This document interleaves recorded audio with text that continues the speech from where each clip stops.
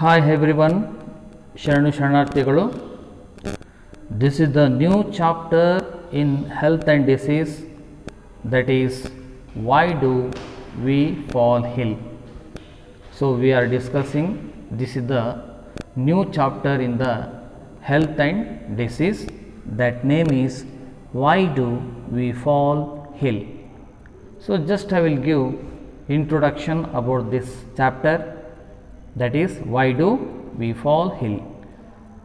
When we do this exercise or any exercise, we realize that health and disease in human communities are very complex issues. So these two are the very complex issue, those are the health and disease with many interconnected causes. We also realize that the ideas of what health and what disease mean are themselves very complicated. When we ask what causes diseases and how we prevent them, we have to begin by asking what these notions mean. So all these points we will discussing in this chapter, but very important aspects are the here in this chapter.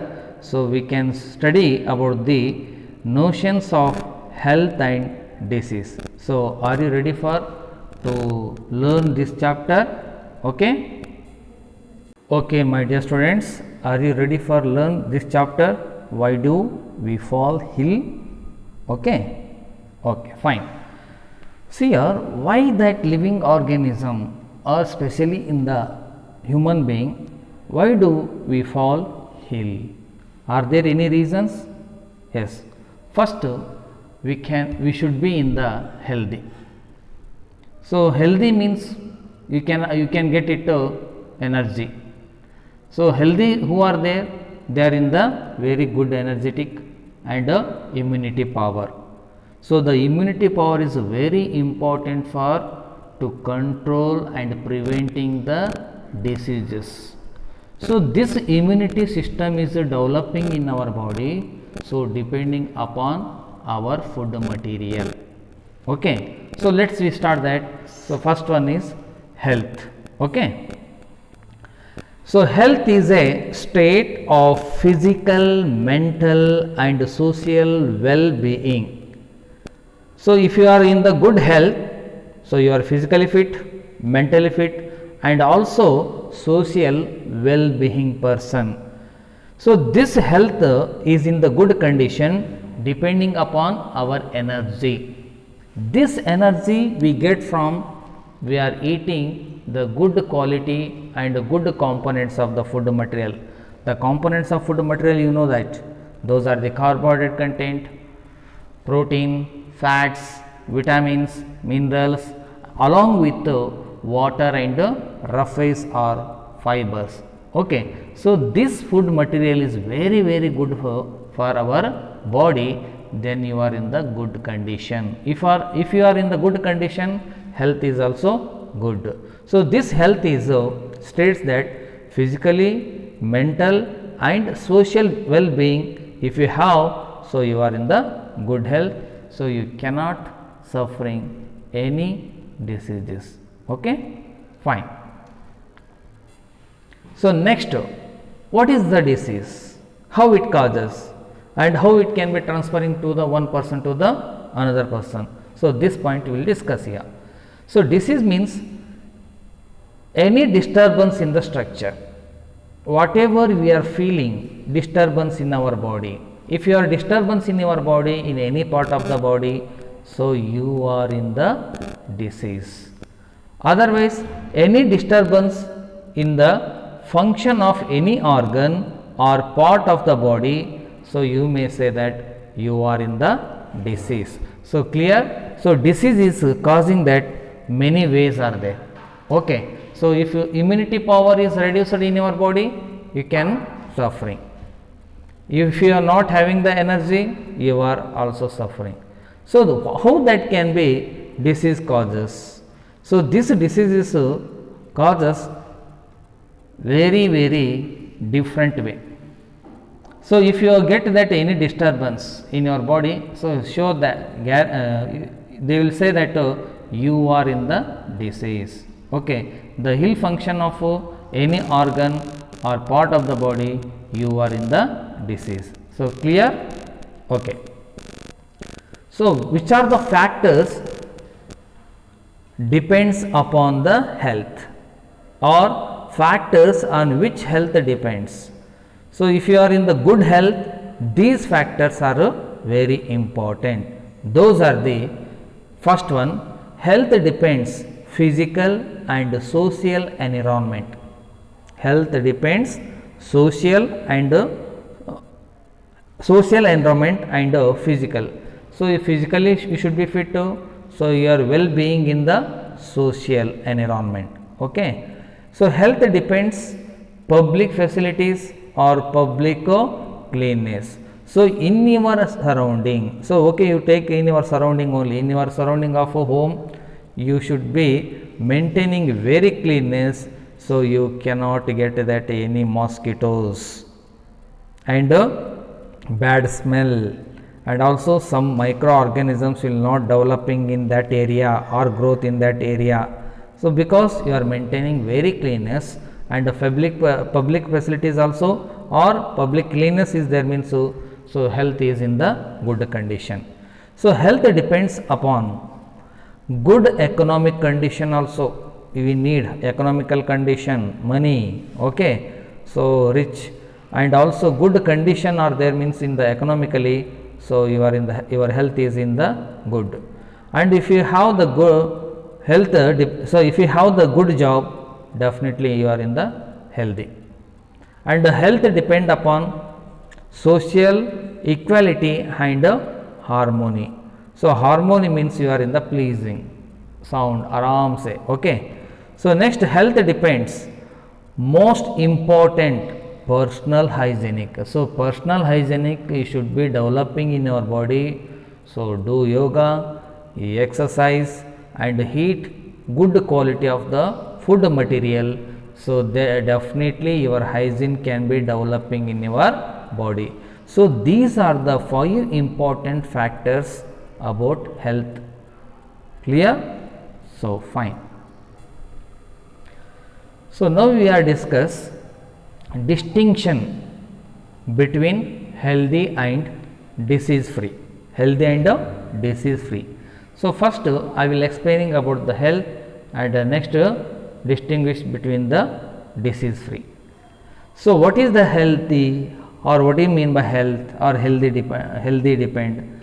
So healthy is a state of physical, mental and social well-being, just we have learnt. What about disease free?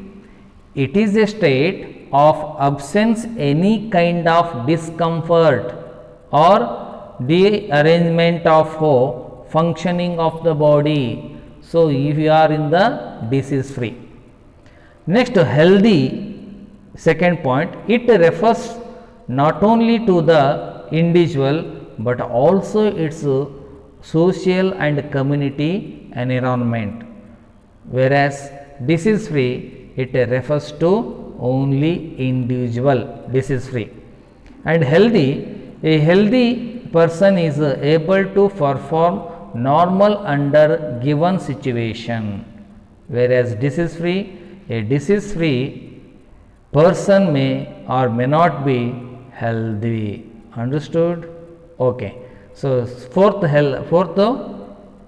distinction between, that is, for example, being able to do graceful position while dancing for a dancer, whereas disease free, example, free of disease but not able to stretch body properly while dancing or a dancer. So these are the 2 important distinctions between healthy and disease free. So you can read properly in your home, you can understand. Okay. Next, why does a disease look like? How the suffering person is looking in their body or in his face. So, what does a disease look like? First point here, when there is a disease in a person, the functioning of one or more body symptoms will change for worse.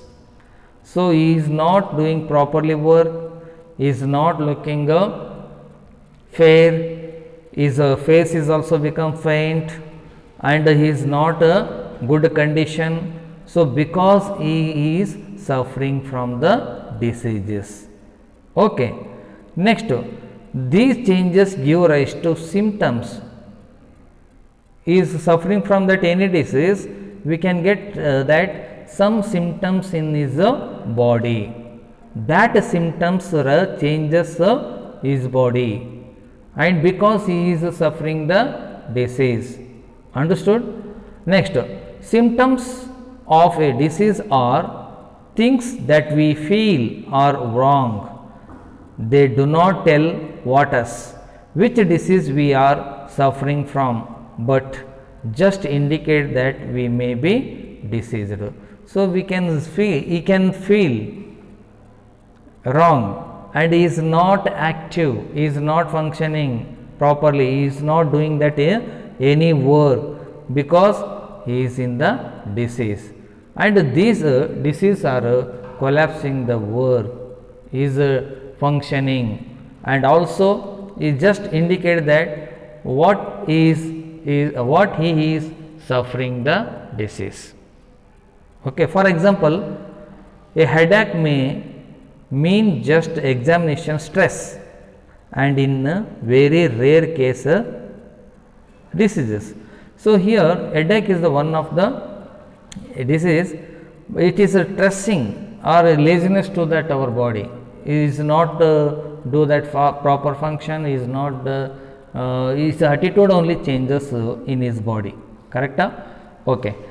Whereas signs are what physician or doctor look for on the basis of symptoms. So, doctor or physician look that person is suffering from that which disease by their symptoms.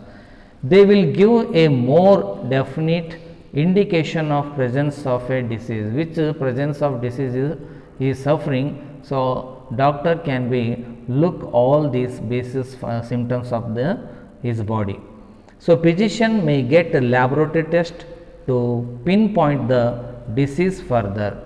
So, if he not get a severe disease, so the physician or doctor may get a laboratory test. After the laboratory test, he can deciding that which type of the disease he has, and whether it is a severe or less disease in his body. So, this pinpoint can deciding by the doctors or physician. So, is it clear? Fine.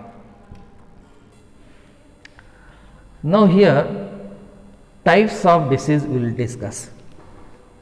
First one is acute disease, second one is chronic disease, third one is congenital disease, and next fourth one is acquired disease. So, these diseases we will discuss one by one. Okay. First, types of diseases. Acute disease, in the word only we will get meaning. Acute means short. Okay. Some diseases last for only very short period of the time, and these are called acute disease. For example, common cold. The common cold period is very short. So, this type of the disease we can say that acute diseases. Okay. So, acute disease suffering from that any person, their period is very short of the time. That is short of the time only he can preventing the diseases. So, example is that is common cold. Okay. Next, chronic disease. So, chronic means here long time.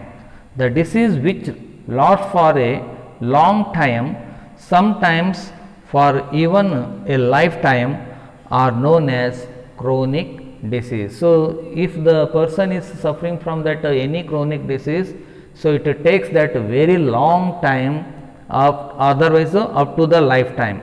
For example, tuberculosis is there here, next elephantiasis. So, these two are the example of many are there chronic diseases. Okay. A person may contract pulmonary tuberculosis from inhaling droplet from a cough or sneeze by an infected person. So, those granuloma is the lung tissue suffering from that TB or tuberculosis. Next, we are discussing that which point here or which disease here, congenital disease. Congenital disease, the disease that are present since birth, it is come from that parent to their young one. They are caused due to the genetic abnormality or due to metabolic disorder or malfunctioning of organ. They are permanent, generally not easily curable, and may be inherited to children. So, it is actually this disease, congenital disease, caused by the genetically or their parents. So, if the parents are suffering that some kind of disease, it can be transferring or it can be generating to that young one. So, example are the congenital blindness, congenital deafness. These are the two example of the congenital diseases. Okay. So, next last today we will discuss acquired disease. The disease which are developed after the birth. See, very wonder this is the disease which are developed after the birth. So, those type of the diseases are called acquired disease. For example, myopia, hypermetropia, so etc. are the example of acquired diseases. So, thank you my dear students. So, remaining points we will discussing in the next class. So, thank you.